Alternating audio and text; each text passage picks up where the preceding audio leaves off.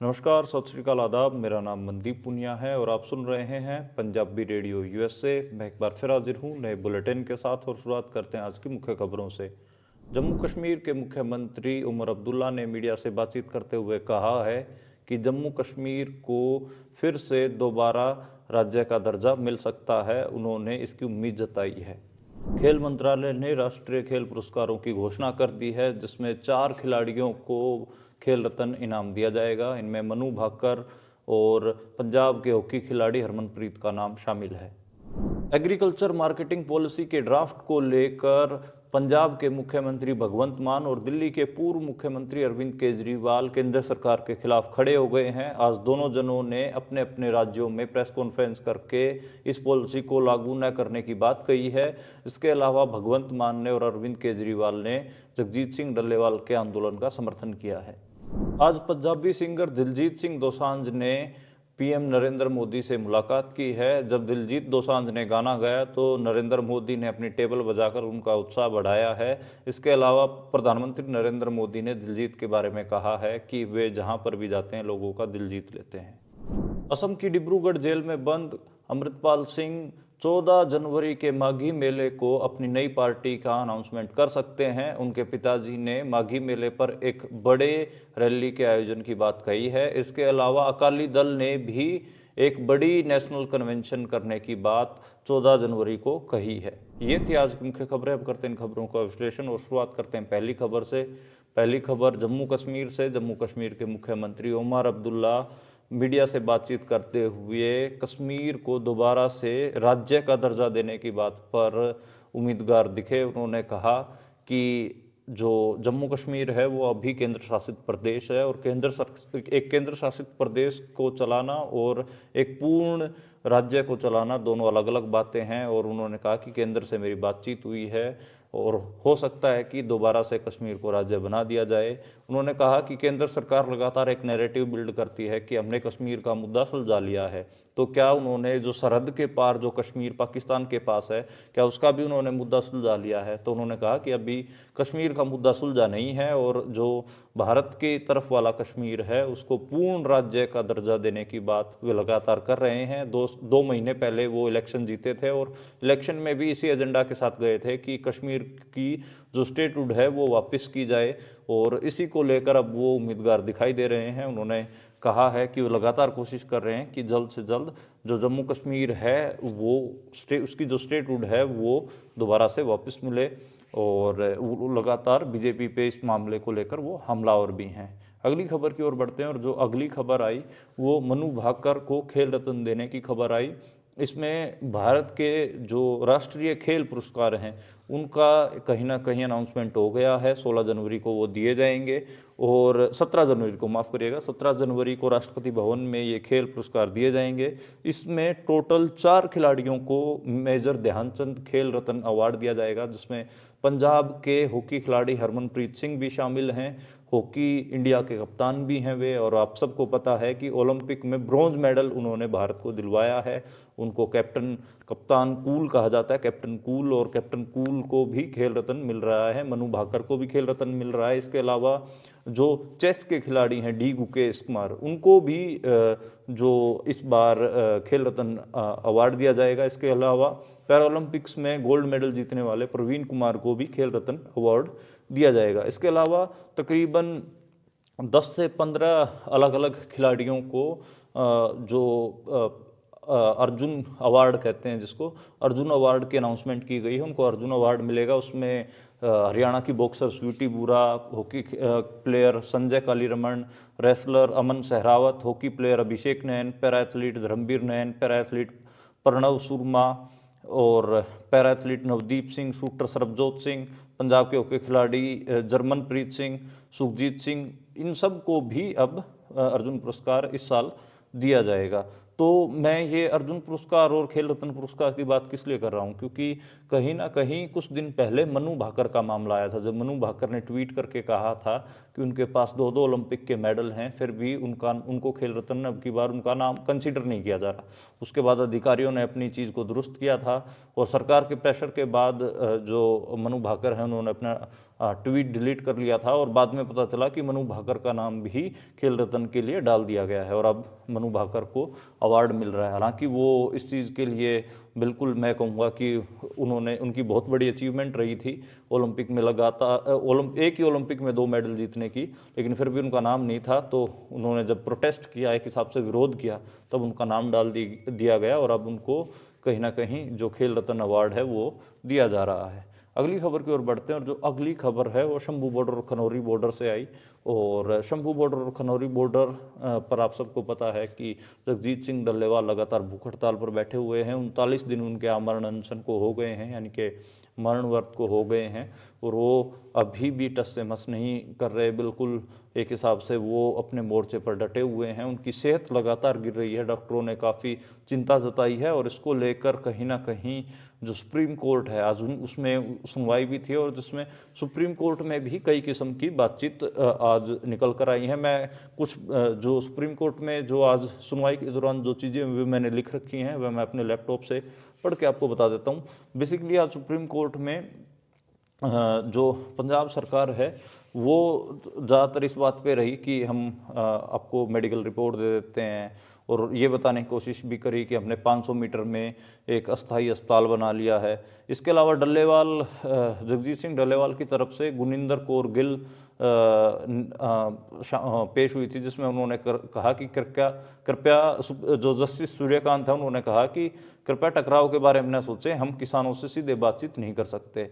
इसके अलावा जो जस्टिस सूर्यकांत थे उन्होंने और भी कई बातें कही। उसमें ये कही कि हमने एक कमेटी बना रखी है जिसमें पंजाब हरियाणा के बहुत क्रेडिबल आदमी हैं, उनसे किसानों को बातचीत करनी चाहिए, हम किसानों से डायरेक्ट बातचीत नहीं करनी चाहिए।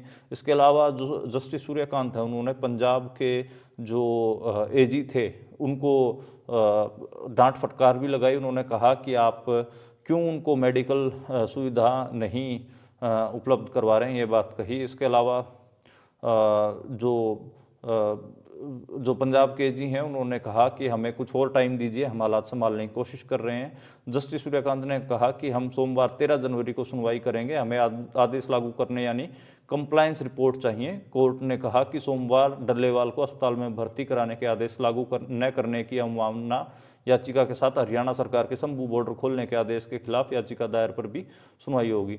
अब ये तो एक तो 13 जनवरी को सुनवाई है, एक 6 जनवरी को भी ये कहा जा रहा है कि शायद एक सुनवाई हो, लेकिन उसका पक्का नहीं। 13 जनवरी का तो जस्टिस सूर्यकांत ने कह दिया कि वो सुनवाई करेंगे। खैर, इसमें एक अपडेट और आई कि जो किसान आंदोलन चल रहा है इसी से जुड़ी एक अपडेट ये है कि सुप्रीम कोर्ट के इस पूरे मैटर में कहीं ना कहीं डल्लेवाल पार्टी बनना चाह रहे थे और उसमें जो एडवोकेट गुनिंदर कौर गिल हैं उन्होंने याचिका दायर की थी। इस पर जस्टिस सूर्यकांत ने बचाव किया और उन्होंने कहा है कि हम डायरेक्ट आप टकराव की स्थिति मत सोचिए कि हम टकराव नहीं चाहते हैं, ये बात उन्होंने कही है। इसके अलावा 6 जनवरी सोमवार को डल्लेवाल की और हरियाणा सरकार की शंभू बॉर्डर खोलने के में दायर पिटीशन जो है उसके ऊपर भी शायद सुनवाई हो सकती है, लेकिन 13 जनवरी की अब ये देखना होगा कि 6 जनवरी है और 13 जनवरी वो मैं क्लियर नहीं कर पाया। उन्होंने सोमवार का नाम ले दिया, सोमवार को मेरे को लगता है कि आने वाला सोमवार तो 6 जनवरी को है, तो शायद 6 जनवरी को ये सुनवाई हो सकती है। अगली खबर की बात करें तो जो अगली खबर है वो पंजाब और दिल्ली के मुख्यमंत्रियों के बारे में है। दिल्ली के पूर्व मुख्यमंत्री और पंजाब के मौके के मुख्यमंत्री आम आदमी पार्टी के नेता भगवंत मान ने आज प्रेस कॉन्फ्रेंस की, उसमें 6 मोटे मोटे पॉइंट थे। उसमें उन्होंने एक तो बात यही की कि ठीक है कि आपकी हरियाणा में सरकार बन गई है, लेकिन इसका मतलब ये नहीं है कि आप किसानों के ऊपर दोबारा से वही पुराने 3 कृषि कानून थोप दो।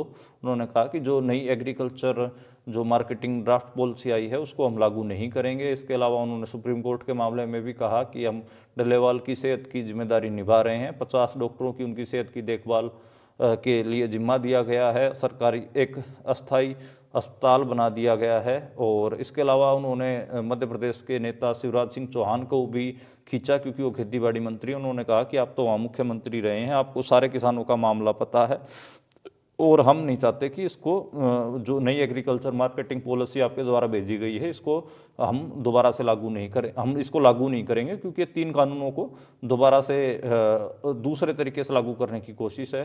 इसके अलावा और भी उन्होंने कई बात अपनी प्रेस कॉन्फ्रेंस में कही है। ऐसी प्रेस कॉन्फ्रेंस किसानों के हक में अरविंद केजरीवाल ने भी की है, और अरविंद केजरीवाल ने भी यही बात कही है कि वो नई एग्रीकल्चर जो ड्राफ्ट पॉलिसी है उसको दिल्ली में लागू नहीं करेंगे। तो ये 2 आज प्रेस कॉन्फ्रेंस भी हुई। तो मुझे लगता है कि आम आदमी पार्टी ने कम से कम जो न्यू एग्रीकल्चर पॉलिसी ड्राफ्ट आया है, मार्केटिंग पॉलिसी ड्राफ्ट आया है, उस पर अपना कहीं ना कहीं स्टैंड तो क्लियर किया। ये अच्छी बात है। मेरे को लगता है कि कांग्रेस को भी करना चाहिए, और कांग्रेस को भी इसके खिलाफ जो भी पॉइंट्स बन रहे हैं उनके ऊपर अपनी बात रखनी चाहिए। अगली खबर की ओर बढ़ते हैं। जो अगली खबर है वो दिलजीत दोसांझ की प्रधानमंत्री नरेंद्र मोदी से मिलने की है। आप भी चौंक गए होंगे, क्योंकि दिलजीत दोसांझ को आप लगातार एक ऐसे आइकन के तौर पर देख रहे होंगे जो लगातार जो राइट विंग ट्रोल्स हैं उनके खिलाफ बोल रहे थे, राइट विंग ट्रोल्स उनको ट्रोल कर रहे थे। लेकिन इस सारे के पीछे एक पीआर है, पब्लिक रिलेशन है, जिसका जिक्र मैंने अपनी 14 दिसंबर के ट्वीट में भी किया था, जब पंजाब की स्पेलिंग को लेकर विवाद हुआ था। उस समय मैंने बताया था कि जो दिलजीत दोसांझ का जो पीआर है वो सोनाली सिंह संभाल रही हैं, और उनके बीजेपी नेताओं से बहुत अच्छे रिश्ते रहे हैं। वो ये एक प्लान्ड पीआर था दिलजीत का, पिछले 2-3 महीने से जो चल रहा था, जिसमें स्ट्रेटेजी ये थी कि जो छोटे बीजेपी के नेता हैं उनके साथ टकराव की स्थिति रहेगी, और जो बड़े नेता हैं बीजेपी के उनके सामने जाके दिलजीत दोसांझ झुक जाएंगे। उसमें आप लगाइए, जब वो राजस्थान में गए तो जयपुर में वो जो राजस्थान की उप मुख्यमंत्री हैं दिया कुमारी, उनके सामने जाके झुक गए। इसके अलावा वो जहाँ जहाँ पे भी गए वहाँ पर मुख्यमंत्रियों के सामने जाके झुक गए। लेकिन वो जम्मू कश्मीर गए जब उमर अब्दुल्ला से नहीं मिले। तो ये आप देखिए, अगर उनको हर एक राज्य में जा रहे हैं, हर एक मुख्यमंत्री से मिल रहे हैं, तो उनको उमर अब्दुल्ला से मिलना चाहिए था, लेकिन वो नहीं मिले, और अब वो प्रधानमंत्री नरेंद्र मोदी से मिले हैं। तो जो सोनाली सिंह का पीआर की स्ट्रेटेजी यही है कि छोटे के साथ टकराव दिखाओ और बड़े के सामने जाके झुक जाओ। और आज बड़े यानी कि नरेंद्र मोदी के सामने वो जाके झुक गए हैं। उन्होंने नरेंद्र मोदी की तारीफ की। इसके अलावा उन्होंने जो एक गाना भी सुनाया, उस पर नरेंद्र मोदी ने तबला बजाने की कोशिश की। उसकी वीडियो भी आप लोगों ने देखी होगी। आप लोग सब शौक होंगे कि ये कैसे हो रहा है। हालांकि मैं दिलजीत दोसांझ को कोई बहुत महान गायक नहीं मानता हूँ, ये मेरा पर्सनल ओपिनियन है। मेरे को लगता है कि उनके गाने बहुत फ्लैट हैं, कॉम्प्लेक्स नहीं हैं।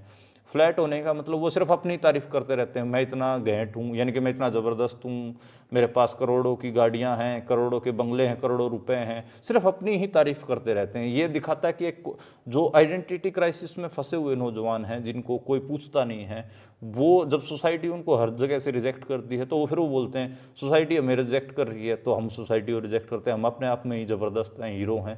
तो वो हीरोइक इमेज वाला जो उसका कंसेप्ट के जो गाने हैं वो वैसे ही हैं।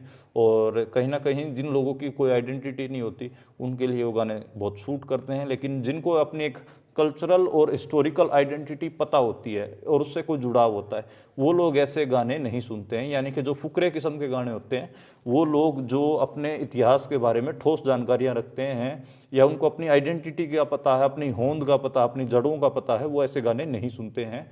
और उनमें कोई जो ज़िंदगी में कॉम्प्लेक्सिटीज़ होती हैं लोगों के, मान लीजिए कि आप नौजवान भी हैं, आपके नौजवानी के दिनों में बहुत सारी उल्टी पुल्टी चीज़ें चलती हैं, बहुत अलग अलग किस्म की घटनाएं घट रही होती हैं। तो उसमें आप कोशिश करते हैं कि ऐसे गाने सुने जिनमें कोई कॉम्प्लेक्सिटी हो, जिसमें आपकी उलझनों का जिक्र हो। जैसे मान लीजिए कि आपके जो जिससे आप प्यार करते हैं उससे आपको धोखा मिला है, या आपको नौकरी नहीं मिल रही है, या शहर में आके अपने जगह को छोड़ के कहीं पे गए हुए हैं, वहाँ पर आप एडजस्ट नहीं कर पा रहे हैं।